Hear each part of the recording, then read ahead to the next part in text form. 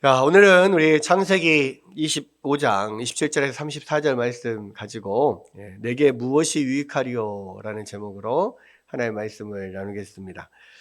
자, 오늘의 이야기는요, 우리가 너무 잘 아는 이야기입니다. 바로 이 야곱과 에서의 이야기인데요. 이 야곱과 에서는 누굽니까? 아브라함의 아들 이삭의 아들들, 쌍둥이 아들들이죠. 쌍둥이 아들이지만 아마 쌍둥이이기 때문에요. 그냥 이목구비라든지 생김새는 거의 비슷했을 것 같아요.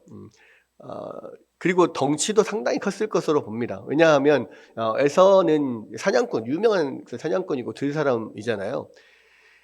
그래서 이 밖으로 돌면서 뭐 많은 사냥을 하기 때문에 굉장히 탄탄한 몸과 또 유명한 사냥꾼이 될 수 있는 것은 또 그런 육체적인 어떤 기반이 받쳐주기 때문에 할 수가 있는 건데, 야곱은 성격적으로는 많이 다르지만 쌍둥이니까 외모는 비슷했을 것 같아요. 다만 다른 게 뭐가 다릅니까?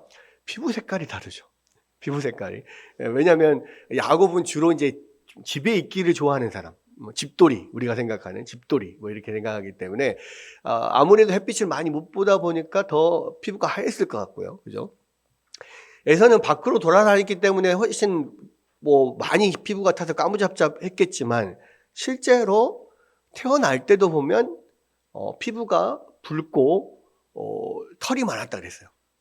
털사람. 그러니까 워낙 털이 많아서 태어나면서부터 이미 모피 코트를 입에 옷에 몸에 입고 난 듯한 그런 형상으로 이렇게 태어났을 걸로 합니다. 그러나 우리가 항상 생각을 하면, 그러니까 우리 글로만 성경으로만 접하다 보니까 야곱과 에서가 전혀 다르게 생겼을 거라고 생각을 한단 말이에요.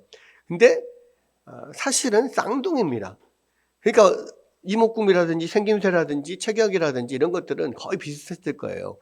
다만 피부랑 털이 많이 있냐 없냐 뭐 이런 차이가 있었을 거라 생각이 됩니다.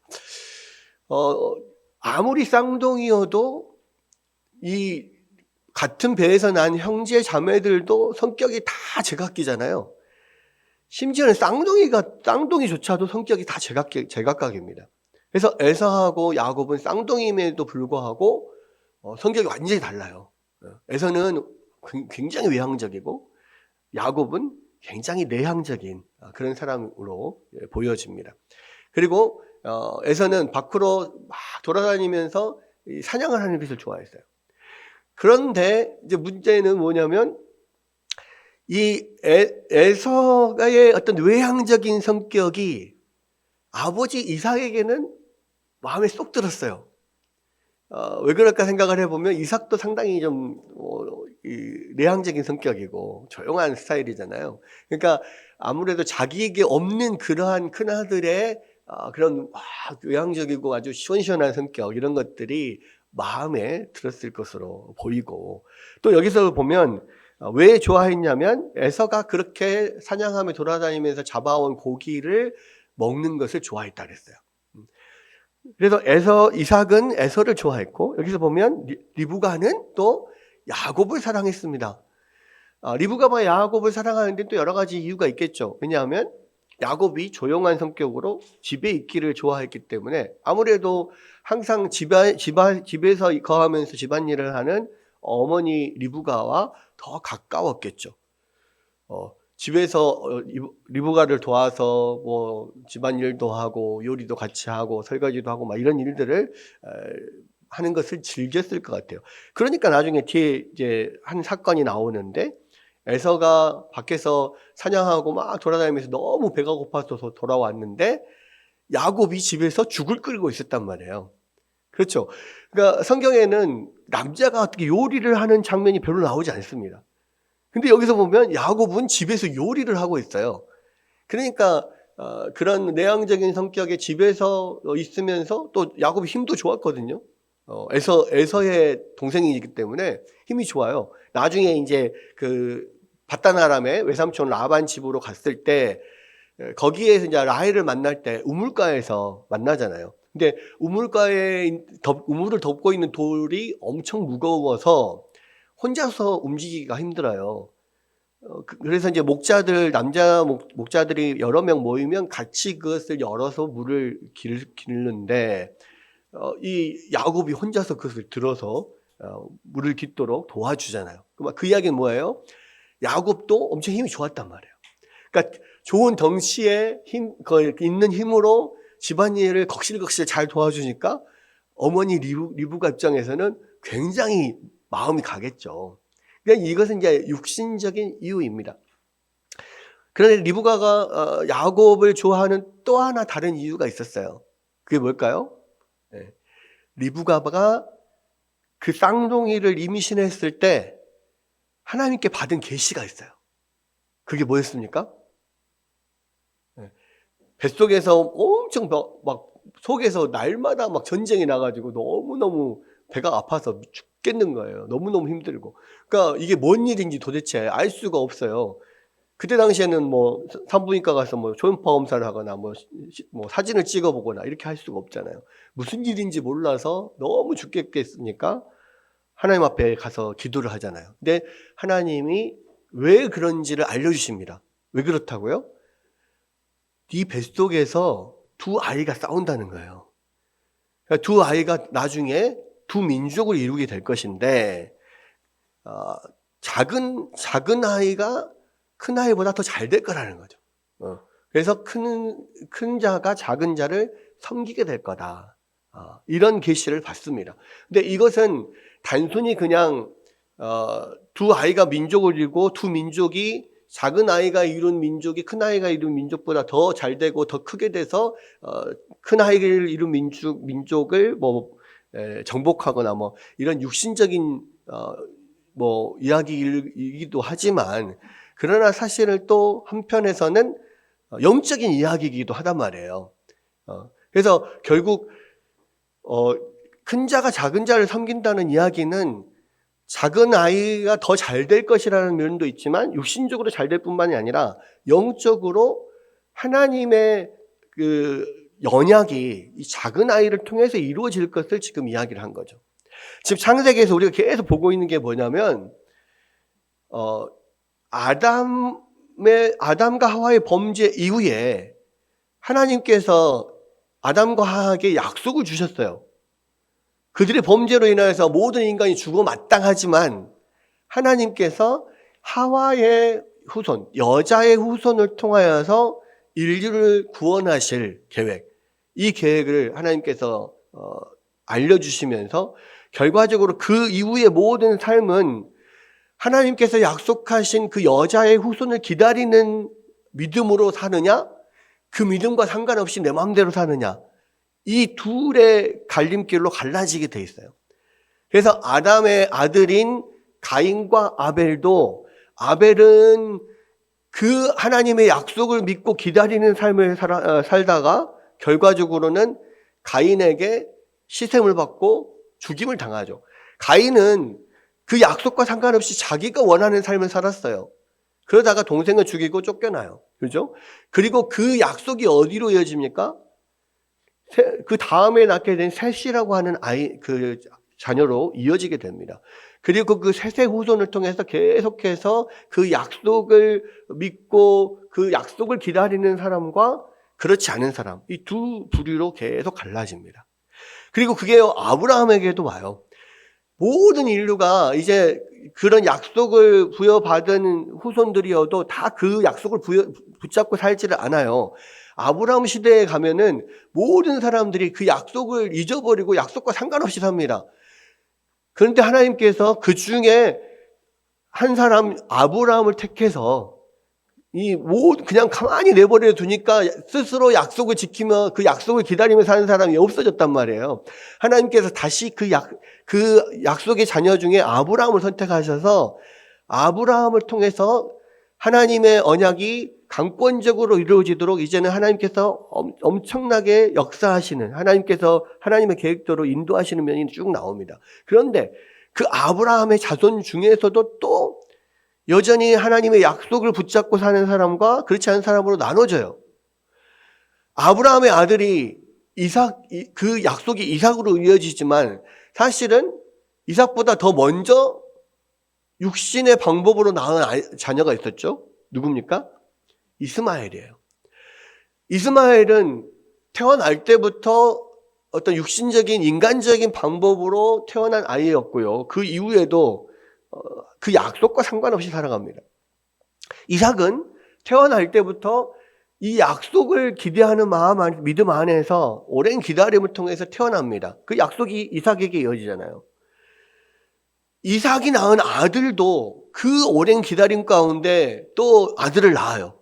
이번엔 쌍둥이를 낳아요. 근데 쌍둥이를 낳으면서도 그 쌍둥이조차도 또 갈라져요.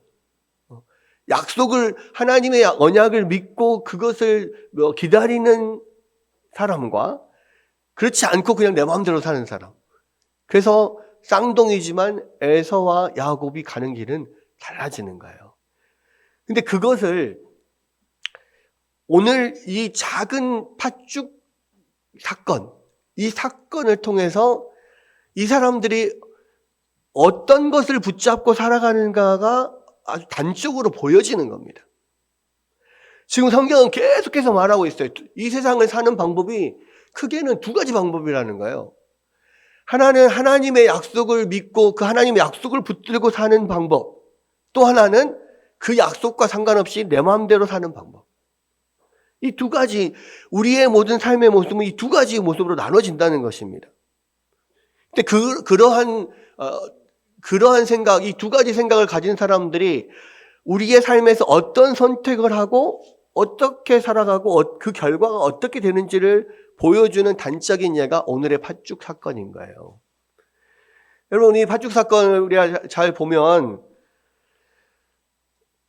이 에서는 사냥을 좋아해서 밖으로 막 놔두는 사람입니다. 그리고 야곱은 집안에서 머물면서 집안일을 도와주고 뭐 이렇게 하는 사람이라고 했어요. 조용한 사람이라고 했어요. 근데 어떤 사건이 벌어지냐면 하루는 에서가 여느 때하고 똑같이 밖에 나가서 열심히 돌아다니면서 막 사냥을 하고 다녔어요.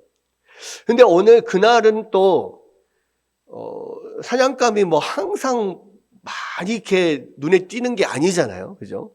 그러니까 그날은 또 이상하게 또 사냥감이 그렇게 많이 눈에 띄지 않았던가 봐요. 그러다 보니까 오랫동안 밖을 돌아다니면서 사냥을 하고 다녔는데 사냥감을 순적하게 만나지 못하니까 오랫동안 바깥에서 배회를 하게 된 거죠. 그래가지고 어떻게 이제 사냥감을 사냥을 해서 돌아왔나 봐요. 근데 그렇게 밖으로 막 돌아다니고 하루 종일 사냥하러 돌아다니면 이제 지쳐가지고 배도 고프고 거의 죽을 것 같은 배가 고파서 숨이 넘어갈 것 같은 그런 상태로 집으로 온 거죠. 근데 마침 집에 와보니까 맛있는 죽 냄새가 나요. 이 냄새가 집 앞에 오자마자 그냥 막 냄새가 확 나는데 배가 고파서 죽겠는 거야. 눈이 막 돌아가는 거죠. 보니까 야곱이 집에서 자기의 특기를 살려서 셰프, 유명한 셰프 야곱이 이 죽을 맛있게 끓였어요. 근데 이 죽이 무슨 죽인지는 잘 몰라요. 여기에서는 팥죽을 끓였다 그랬거든요. 팥죽을 끓였다고 했는데, 나중에 보면은 여기서 보면 그냥 죽이라고만 나오는데, 뒤에 34절에 보면 떡과 팥죽을 줬다 그랬습니다. 그래서 이거 팥죽이라고 하는데, 근데, 팥죽으로 번역이 됐지만, 우리가 한글로 번역을 하면서 알아먹기 쉽게 팥죽으로 한 거예요. 왜? 붉은 죽은 팥죽이 우리가 볼 때는 팥죽이잖아요. 근데 문제는 고대 그 근동 지역, 지금도 마찬가지인데 중동 지역은 팥이 없어요. 그러니까 팥으로 죽을 써먹거나 팥이 있는 곳은 동아시아 지역입니다. 중국, 한국, 일본 이쪽 동아시아죠. 중동은 팥이 없고요. 그래서 이제 아마도 성경학자들은 이 팥죽이 아니라 렌틸콩으로 쏜 죽일 것이다. 렌틸콩 죽일 것이다. 이렇게 이야기를 해요. 근데 이 렌틸콩 죽을 보면, 이렇게 아마 검색을 해보면은요, 붉긴 붉어요.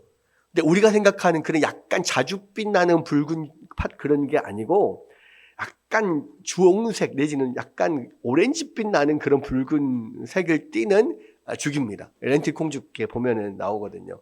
그러니까 아마도 렌틸콩죽을 썼을 거다라고 생각을 합니다. 그리고 이 에서의 경우에는 뭐 별로 집안에서 뭐 이게 요리나 뭐 이런 거하고는 거리가 먼 사람이기 때문에 그것이 팥죽인지 콩죽인지 무슨 죽인지 아무 상관이 없어요. 그냥 뭔 죽인지는 모르지만 하여간 죽. 색깔을 보니까 붉은 거. 그러니까 이제 여기서 보면 야, 나 그 붉은 것 좀 나 좀 주라. 여기서 붉은 것, 여기서 그게 붉은 것이라고 하거든요. 야곱에게 이르되 내가 피곤하니 그 붉은 것을 내가 먹게 하라. 이렇게 이야기를 해요.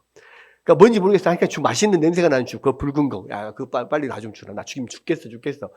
배고파가지고 나 진짜 완전히 쓰러질 것 같아. 그런 상황이에요. 그랬을 때 야곱이 형 너무 수고 많았네. 피곤하지? 배고프지? 내가 죽 방금 끓였거든? 죽 먹어.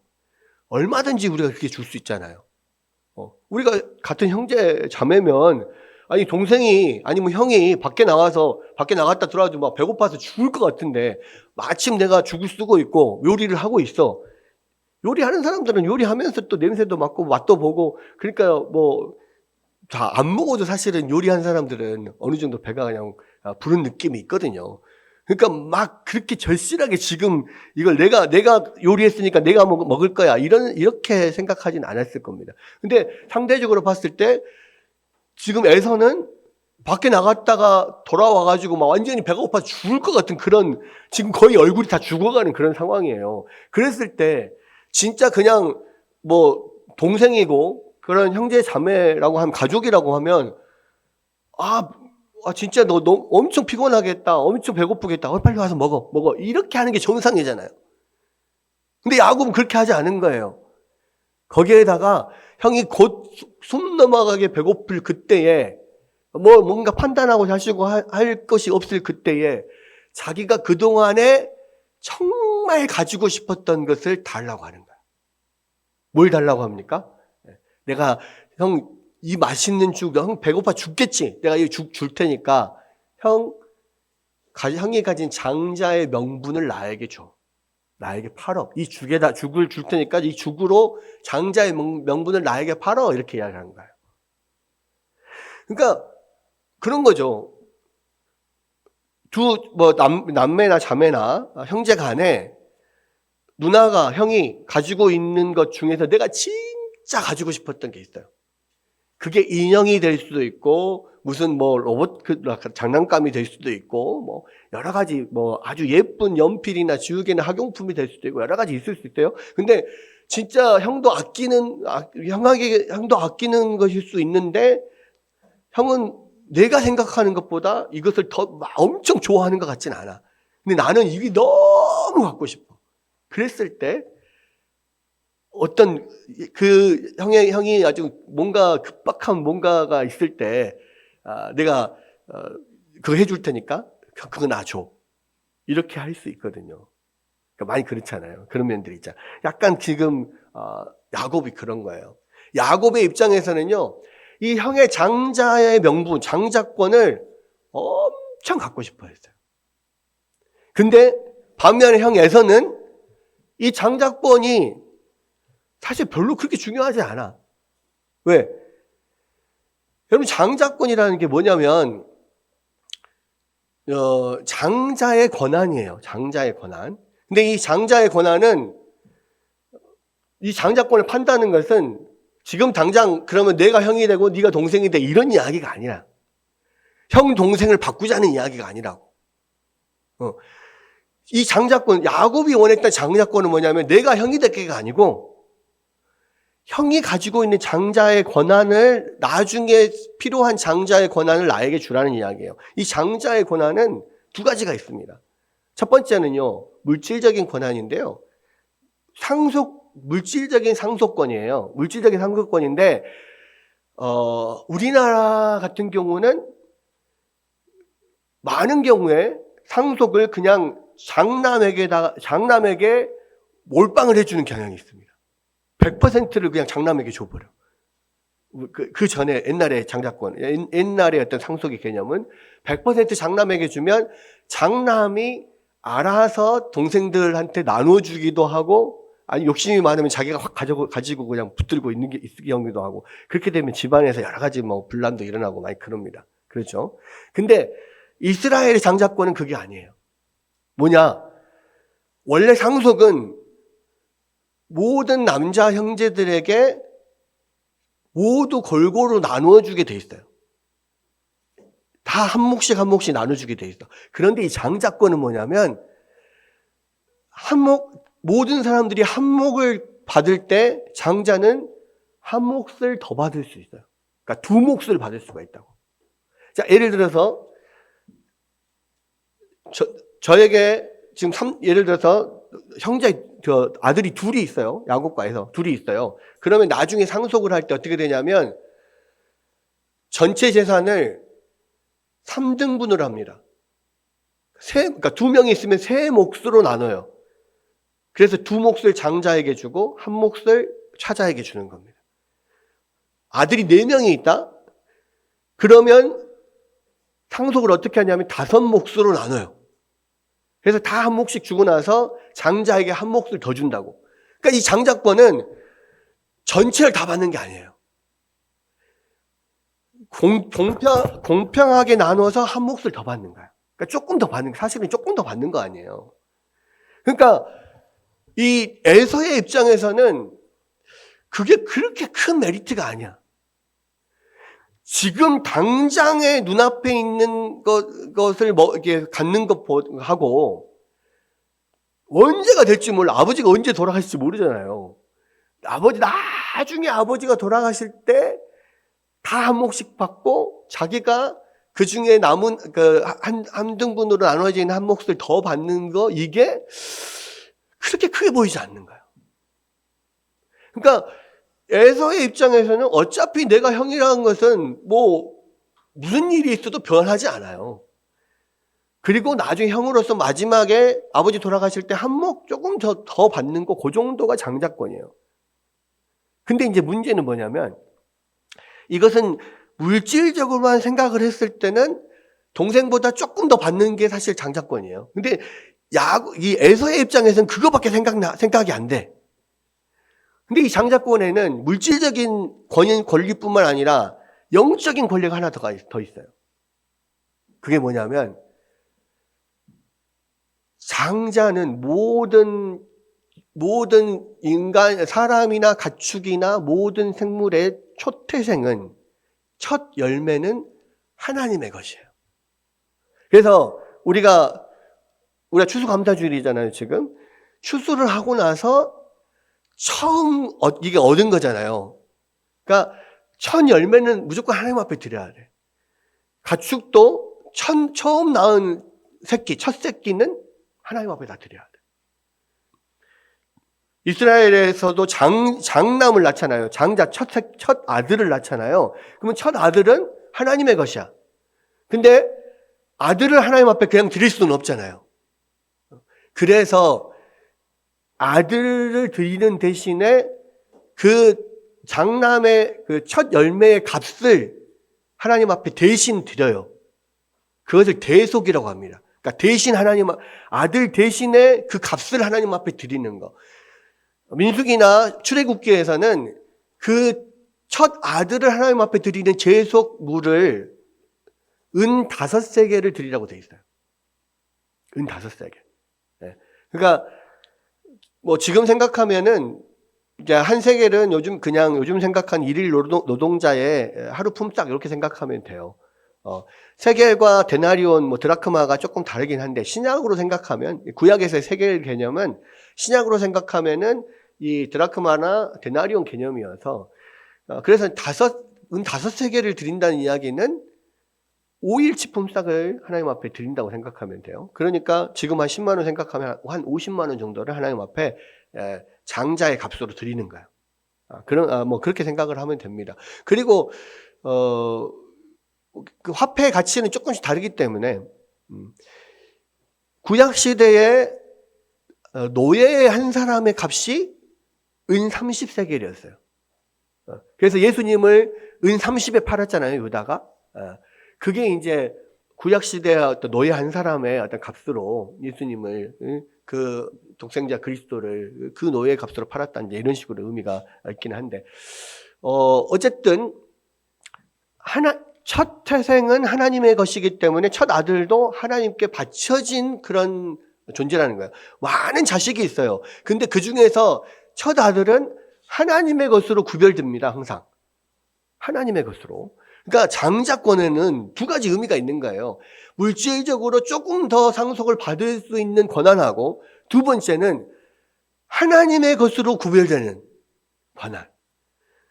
그런데 에서는 이 장자권 안에 있는 물질적인 것만을 생각을 해요. 그러니까 이 물질적인 것이 그렇게 큰 메리트가 아닌 거야. 에서의 입장에서는. 근데 야곱의 입장에서는요, 이 리브가가 태중에서 받았던 그 하나님의 계시가 있잖아요. 그 계시를 리브가는 야곱을 사랑하고 야곱과 항상 집안에 같이 있다 보니까 아마도 야곱에게 계속 이야기를 해줬을 거예요. 그래서 하나님의 뜻이, 하나님의 어떤 그런 선택하심이 야곱에게 있다고 하는 면들을 계속 이야기를 했을 거예요. 근데 야곱의 입장에서는 생각을 해보면, 하나님이 나를 선택하셨다고 했는데, 근데 나는 동생이어서 사실은 장자권, 그 영적인 어떤 의미나 뭐 물질적인 의미보다도 영적인 의미가 나한테 지금 없는 게 너무 싫은 거야. 난 그걸 받고 싶은 거지. 그래서 이제 거래가 이루어진 겁니다. 왜? 거래라는 것은 뭐예요?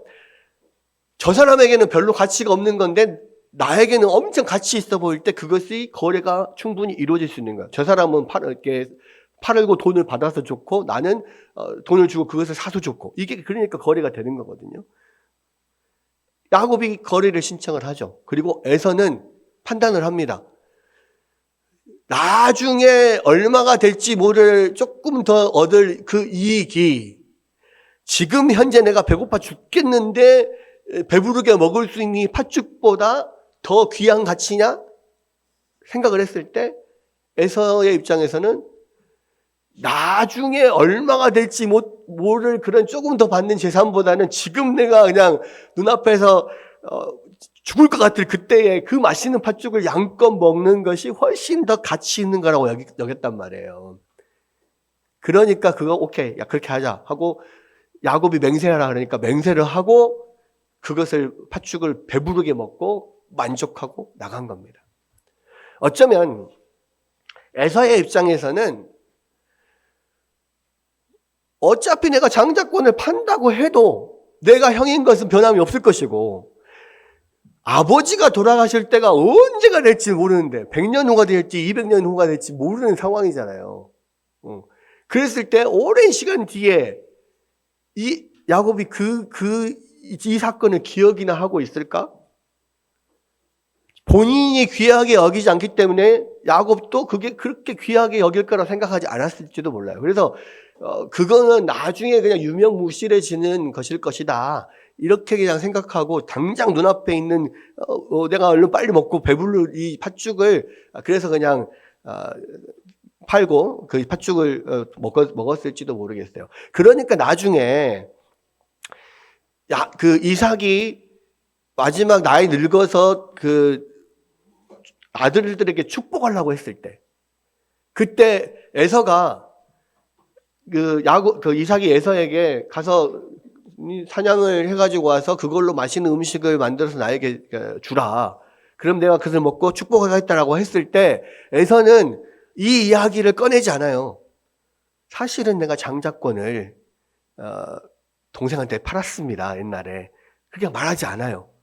그리고 당연히 자기에게 아버지가 장자로서 나에게 축복해 주는 것이 당연할 거라고 생각을 한단 말이에요. 그건 뭐예요? 예전에 팔았던 장자권에 대해서는 전혀 생각이 없는 거예요.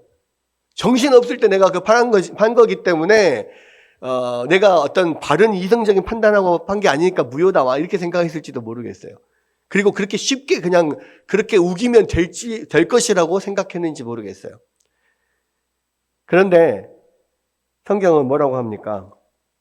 여기서 보면 야곱이 떡과 팥죽을 에서에게 주매 에서가 먹고 마시고 일어나 갔으니 에서가 장자의 명분을 가볍게 여김이었다고 그랬어요. 그러니까 에서는요, 이거를 가벼운 사건으로 생각했어요. 그냥 어렸을 때 형 동생끼리 그냥 의뢰껏 주고받는 말, 예를 들어서 그런 거 있잖아요. 형, 내가 나중에 돈 많이 벌면, 나중에 장가가고 돈 많이 벌면 형 집 사줄게, 뭐 이런 거. 오케이, 그래. 근데 나중에 어렸을 때 형 집 사줄게 했던 동생이 커가지고 집 사준 동생 봤어요? 그거를 생각하고 그 동생한테 야, 왜 너 나 집 안 사주냐?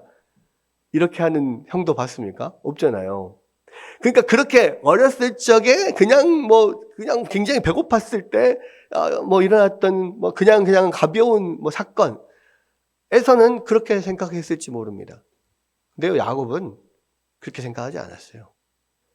평생의 수건, 내가 갖고 싶었던 그 장자권, 그 하나님의 축복이 들어있는 그거. 야곱의 입장에서는 나중에 조금 한몫 더 받는 그런 물질적인 권한보다 하나님의 것이라고 하는 그런 장자권, 하나님의 축복이 들어있는 그 영적인 권한, 영적인 축복, 이것을 훨씬 더 갖고 싶어라 했고, 평생을 사실은 그 축복을 쟁취하기 위해서 끊임없이 애썼던 사람이 야곱이에요. 여러분, 우리가 생각할 때 이 야곱과 에서를 생각을 하면은요, 현대적인 관점에서는 에서가 더 나쁜 사람입니까? 야곱이 더 나쁜 사람입니까? 현대적인 관점에서는요, 야곱이 더 나쁜 사람일 수 있어요. 왜? 그 형의 지금 엄청나게 연약한, 배고파서 죽을 것 같은 그런 상황을 이용해서 자기가 원하는 것을 거의 헐값으로 매수하다시피 그렇게 샀잖아요. 그런 거죠. 물론 에서가 거기에 대한 그런 가치를 크게 두지 않았다고 하고, 그 사건 자체에 대해서 별로 크게 가치를 두지 않았다고 할지라도, 우리가 전체적인 성경을 아는 사람들은 이 장자의 명분이라고 하는, 장자권이라고 하는 것이 성경에서 얼마나 큰 축복인가를 알고 있는 사람들로서는 야곱이 그 가치를 알고 그것을 헐값에 지금 그냥 순간적으로 형이 막 배고플 때를 이용해서 헐값에 지금 가져온 거 아니에요. 팥죽 한 그릇에 그냥. 그러니까 아주 나쁜 놈이죠. 그러니까 예를 들어서 그런 거예요. 100억짜리 당첨이 된 복권이 있어요. 근데 이 복권이 이 아이에게 있는데, 아이 손에 있는데, 이 아이에게 이 복권은 얼마나 큰 가치가 있는지 몰라요.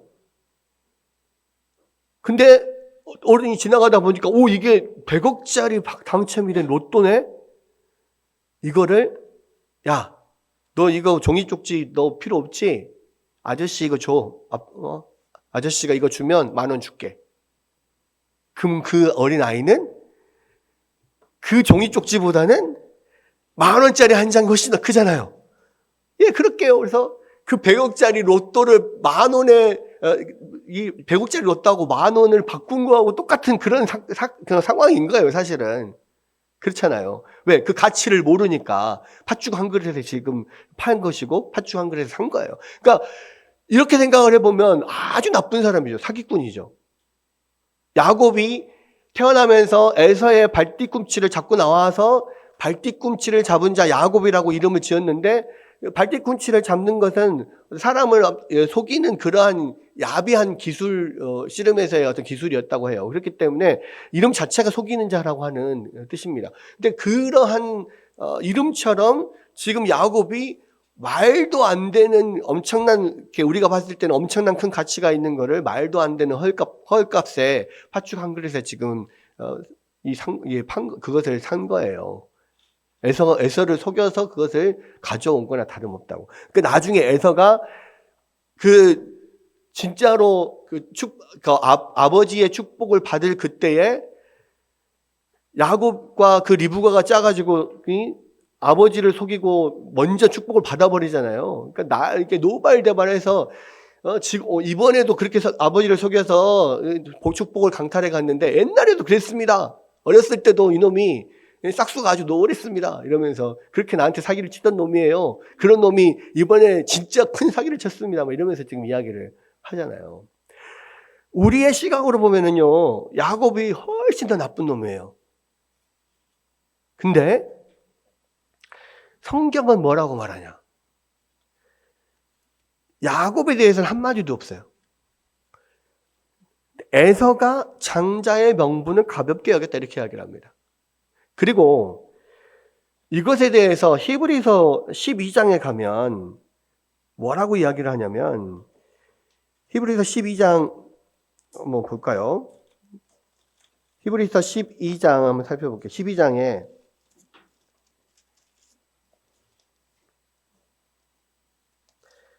히브리서 12장 16절을 보면요, 음행하는 자와 혹 한 그릇 음식을 위하여 장자의 명분을 판 에서와 같이 망령된 자가 없도록 살피라. 12장 6절에 한 그릇 음식을 위하여 장자의 명분을 판 에서와 같이 망령된 자가 없도록 살피라 그랬어요.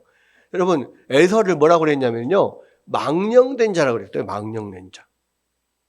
근데 이 망령된 자는 무슨 뜻이냐면 영어 성경에서는요, godless라고 되어 있어요. godless가 뭐냐면 하나님이 없다 이 말이에요. 그러니까 하나님이 없다 하는 사람, 이걸 불경한, 사악한 뭐 이런 의미입니다. 그러니까 에서를 어떻게 이야기를 했냐면 이 팥죽 한 그릇에 장자의 명분을 판 이 에서를요, 망령된 사람, 하나님이 없다라고 생각하는 사람, 불경건한 사람 이렇게 이야기를 하고 있다고요. 그러니까 우리가 성경을 읽을 때 많은 경우에 현대의 어떤 상식과 내 어떤 생각과 판단으로 생각을 해보면요, 이게 다르게 해석될 여지가 굉장히 많아요.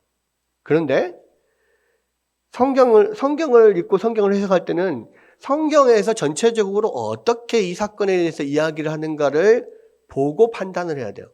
근데 현대적인 시각으로 봤을 때는 야곱이 훨씬 더 나쁜 놈인데, 사기꾼인데, 성경은 야곱에 대해서 뭐라고 하지 않고요, 에서가 망령된 자라고 이야기를 합니다.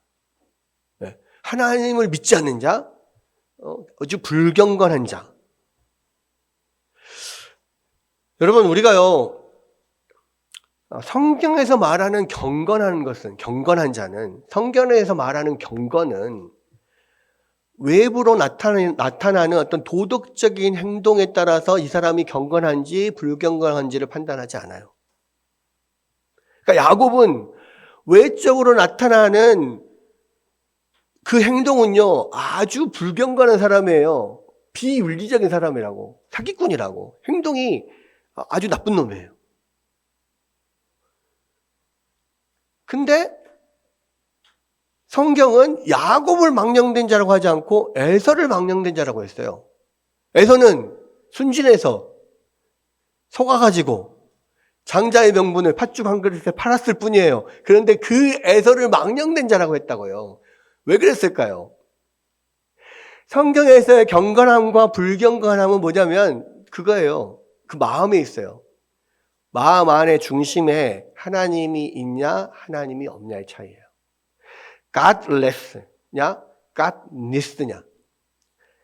하나님이 그 마음 가운데 있고 하나님의 약속이 마음 중심에 있으면 경건한 사람이에요. 그 경건한 사람, 그 마음 가운데서 결국은 경건한 행동이 나와요. 야곱의 경우에는 하나님의 약속이 그 마음 가운데 있었어요.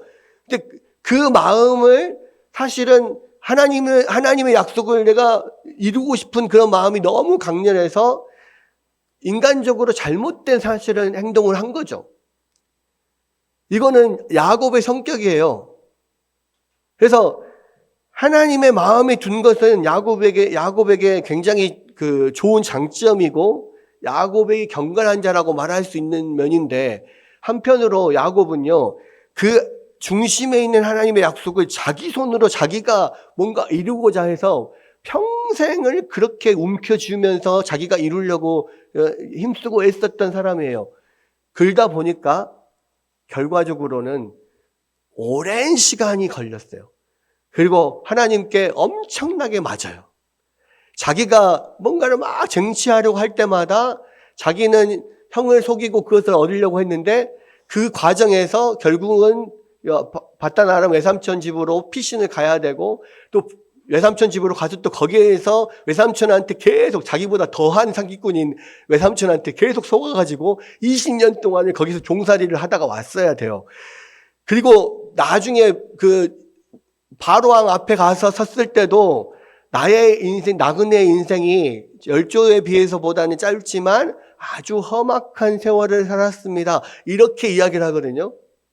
근데 야곱이 왜 험악한 세월을 사냐면 그 마음 중심에는 하나님의 약속이 들어있지만 그 하나님의 약속을 자꾸 자기 손으로 움켜잡고 자기가 뭔가 해보려고 하다가 결과적으로는 안 되고 그게 이 하나님 앞에 두드러 맞고 결과적으로 나중에 이 환도뼈가 부러지는 그러한 하나님 앞에 큰 매를 맞고 나서야 비로소 그러한 것들을 놓게 되고 하나님을 의지하게 된단 말이에요. 가장 우리에게 있어서 가장 좋은 것은 하나님의 약속을 마음에 품고 그것을 하나님께서 이루시도록 계속 기도하면서 하나님을 의지하면서 그것이 이루어지도록 계속해서 하나님 앞에 나의 삶을 내어드리고 하나님이 이끄는 대로 순종하고 나아가고 사실은 이렇게 해서 이루는 것이 가장 하나님께서 원하시는 거거든요. 하나님의 마음, 하나님의 목적을 하나님의 뜻대로 순종하며 이루는 것, 이것이 하나님께서 가장 원하시는 건데 야곱은 하나님의 뜻을 붙잡는 것은 좋았으나 그것을 자꾸 자기 손으로 이루려고 하다가 하나님한테 맞게 된 거예요. 오래 걸린 겁니다. 그러나 그럼에도 불구하고 하나님은 야곱의 마음 가운데 하나님의 약속이 들어있기 때문에 야곱을 경건한 자라고 이야기를 했다고요. 그리고 믿음의 영웅전이라고 할 수 있는 믿음장이라고 할 수 있는 히브리서에 야곱을 믿음의 영웅으로 올려놔요, 성경은. 근데 반면에 에서의 마음 가운데는 하나님의 약속이 들어있지 않아요. 그러니까 에서가 일단 하나님의 약속이 들어있지 않으면 도덕적으로 하는 어떤 행동들을 하더라도 윤리적인 도덕적인 행동을 하더라도 이 사람은 불경건한 사람이에요. 사악한 사람이에요. 그래서 경건과 불경건의 차이는요, 마음 가운데 하나님이 있느냐 없느냐예요. 하나님의 약속이 들어있냐 없느냐, 그 약속을 붙잡고 믿음으로 살아가느냐 아니냐, 이 차이인 겁니다. 그래서 이 세상에 살아가는 많은 사람들이, 하나님 믿지 않는 사람들이 오히려 믿는 사람들보다 훨씬 더 도덕적으로 뛰어나고 아주 선하고 훌륭해 보이는 사람들이 있잖아요. 그런 사람들 많잖아요. 그래서 안 믿는 사람들이 믿는 사람보다 훨씬 더 선하고 착해, 훌륭해, 인격적이야, 이런 이야기들도 많이 하잖아요. 근데 그 사람들은 그럼에도 불구하고 불경건한 자들이에요. 왜? 그 마음에 하나님이 없으니까. 가장 중요한 것은요, 그래서 아무리 도덕적으로 사람들의 눈으로 봤을 때 정말 선한 일을 많이 하는 것 같지만요, 이 사람은 불경건한 사람이고 하나님이 없는 사람이고 결과적으로 지옥 가는 사람들이에요. 그런데 마음 가운데 하나님이 들어있고 하나님의 약속을 붙잡고 살아가는 사람들, 그 약속을 이루기 위해서 하나님께서 그 약속을 나에게 이루어 주시도록 하나님을 계속 의지하고 사는 사람들, 이 사람들은 때로는 야곱처럼 겉으로 드러나는 행동들은 비도덕적인 비윤리적인 행동들이 드러날 수 있고 그냥 눈살이 찌푸려지는 그런 행동을 할 수도 있어요. 그런데 그것은 인생의 과정이에요. 하나님께서 그런 모든 것들을 야곱처럼 쳐서 바르게 만들어 가시는 과정에 있어요. 중요한 것은 내 안에 하나님의 약속이 있느냐, 그 약속을 붙들고 사느냐, 이것이 망령된 자인지 경건한 자인지의 차이를 나누고 있고, 성경은 그래서 에서는 망령된 자라고 하고 야곱은 경건한 자라고 이야기를 한다고요. 야곱은 믿음의 사람이라고 하고 에서는 믿음이 없는 사람이라고 이야기를 한다고요. 여러분, 우리가요, 다시 한번 추수감사절을 맞이해서 생각해 볼 것들이 있어요. 하나님께서 1년 동안 우리 가운데 주시는 여러 가지 일들이 있습니다. 때로는 아주 기쁜 일도 있었을 거고요. 좋은 일도 있을 거예요. 어떨 때는 아주 힘들고 어려운 일도 있었을 거예요. 슬픈 일도 있었을 거예요. 어떨 때는 기쁘지도 슬프지도 않고 그냥 무덤덤하게 그냥 일상적인 삶을 살아가는 그런 때가 있었을 거예요. 여러분, 그러한 모든 일들에 있어서 우리 안에 정말로 하나님이 있고 하나님의 약속을 믿는 믿음 안에서 우리가 살아간다면요, 기쁘거나 슬프거나 무덤덤하거나 평범하거나 그 모든 일에 우리가 하나님 앞에 감사할 수가 있어요. 그걸 우리는 범사에 감사라고 하잖아요. 근데 왜 감사할 수 있냐면, 지금 내가 당하는 일들이 참 힘들고 어려운 일이 있어도 결과적으로는 하나님이 내 안에 계시는 하나님이 나를 가장 선한 길로 인도하실 거라고 하는 믿음이 있기 때문에 그럼에도 불구하고 감사할 수가 있는 거예요. 로마서 8장에 보면 하나님을 사랑하는 자, 그 뜻대로 부르심을 입은 자들에게는 모든 것이 합력하여 선을 이룬다라고 하는 말씀이 있잖아요. 이 믿음이 있다면요, 우리에게 있는 모든 일들 가운데 기쁜 일이나 슬픈 일이나 어떠한 평범한 일들, 그 모든 일들이 하나님이 나에게 주신 것이라고 하는 믿음이 있고, 그 안에서 내가 하나님을 붙잡고 그 하나님을 소망하고 하나님의 뜻을 이루기 위해서 열심히 또 하나님을 의지하고 나아가면 그 모든 것이 합력해서 결과적으로 선을 이루게 하실 그 하나님을 믿기 때문에 지금 당장 눈앞에 보이는 것은 힘들고 어려운 것일지라도 그럼에도 불구하고 감사할 수가 있는 거예요. 그런데 반면에 하나님이 없으면, 에서처럼 하나님이 그 마음 가운데 없으면 당장 내 눈앞에 있냐 없냐, 내가 그것을 가질 수 있냐 가질 수 없냐, 여기에 일희일비하게 되고 결과적으로는 그 장래에 올 그것에 대한 소망은 전혀 없게 됩니다. 그러면서 이 땅에서 세상 사람들이 좋다라고 하는 것들을 덩달아 추구하고 그렇게 살게 되어 있는 거예요. 그런 것을 우리는 망령된 자라고 이야기해요. 여러분, 이 에서는 하나님께서 주시는 이 믿음, 이 약속에 대한 귀함을 알지 못했어요. 그래서 그것을 추구하지 못했습니다. 당장 눈앞에 있는 것만 자꾸 잡으려고 했어요. 여러분은 어떻습니까? 여러분, 지난 1년 동안에 살아가면서 하나님께서 당장 내 눈앞에 있는 것, 주어지는 것, 그거에 그냥 일희일비하고 어쩔 때는 기뻐했다가 어쩔 때는 절망했다가 어쩔 때는 하나님 앞에 원망하고 불평했다가 어쩔 때는 감사했다가, 혹시 그렇게 살지 않습니까? 그렇다면 여러분요, 에서와 같은 망령된 자의 모습으로 살아가는 거예요. 야곱의 경우는 생각하면요, 눈앞에 있는 것에 일희일비하지 않아요. 그 시선이 멀리 하나님이 약속하신 그것을 바라보고 그것을 향하여 달려갑니다. 그것을 경건한 자, 믿음이 있는 자라고 해요. 히브리서 11장 6절에서 뭐라고 이야기를 합니까? 믿음이 없이는 하나님을 기쁘시게 하지 못하나니, 이 하나님을 기쁘시게 하는 자들, 하나님을 찾는 자들, 하나님을 믿는다라고 하는 사람들은 하나님이 계시다는 것과 하나님을 찾는 자들에게 하나님이 상 주시는 것을 믿는 자라야 한다 그랬어요. 어떤 믿음이 하나님을 기쁘시게 하냐면요, 하나님이 계시다, 그리고 하나님을 찾는 자들에게 하나님은 반드시 상 주시는 분이시다, 이것을 믿고 그 상 주심을 바라보면서 현재를 믿음으로 살아가는 거, 이것이 믿음이라고 했고, 이 믿음이 하나님을 기쁘시게 한다 그랬어요. 그렇죠? 이것이 경건한 자고, 이 믿음이 없이 그냥 현재만 바라보고 사는 사람들은 망령된 자다, 이렇게 이야기를 할 수가 있는 겁니다. 여러분,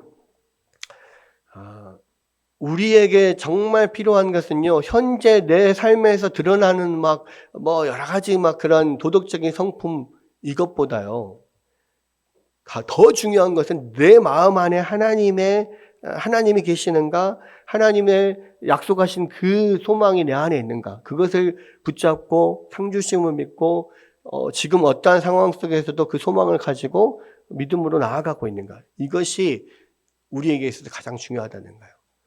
여러분, 추수감사절을 맞이해서 우리 마음 가운데 이 소망이 있는지, 그것을 이 소망을 찾아 나아가는 믿음으로 살고 있는지 여러분 자신을 돌아보시면서 하나님이 정말 기뻐하시고 하나님이 경건하다, 훌륭한 하나님의 자녀다 인정할 수 있는 여러분들 되시기를 주의 이름으로 축원합니다.